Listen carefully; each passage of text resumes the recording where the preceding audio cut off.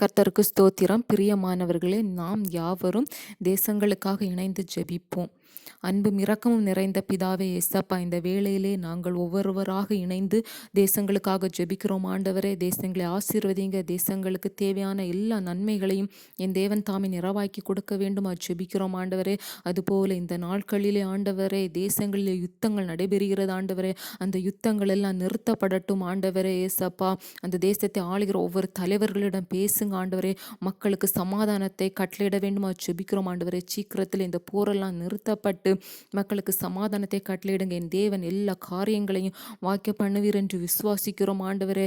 ஏசப்பா, இந்த யுத்தங்களினாலே முதலாவதாக பாதிக்கப்படுவது ஆண்டவரே நார்மல் மக்கள் ஆண்டவரே. எவ்வளோ ஆத்துமாக்கள் இறந்து போய் விட்டார்கள் ஆண்டவரே. என் தேவனே, மனம் இறங்குங்கப்பா. இந்த யுத்தம் நிறுத்தப்படட்டும். மக்களுக்கு சமாதான சந்தோஷத்தை கட்டளையிட வேண்டுமா ஜெபிக்கிறோம். எல்லா காரியங்களையும் தேவன் வாய்க்க பண்ணுவீர் என்று விசுவாசிக்கிறோம். மீதா நேரம் உடைய கிருபை பிரசனம் கூடவே இருக்கட்டும். இயேசு கிறிஸ்துவின் மூலம் ஜெபங்களும் ஜீவனுள்ள நல்ல பிதாவே, ஆமேன்.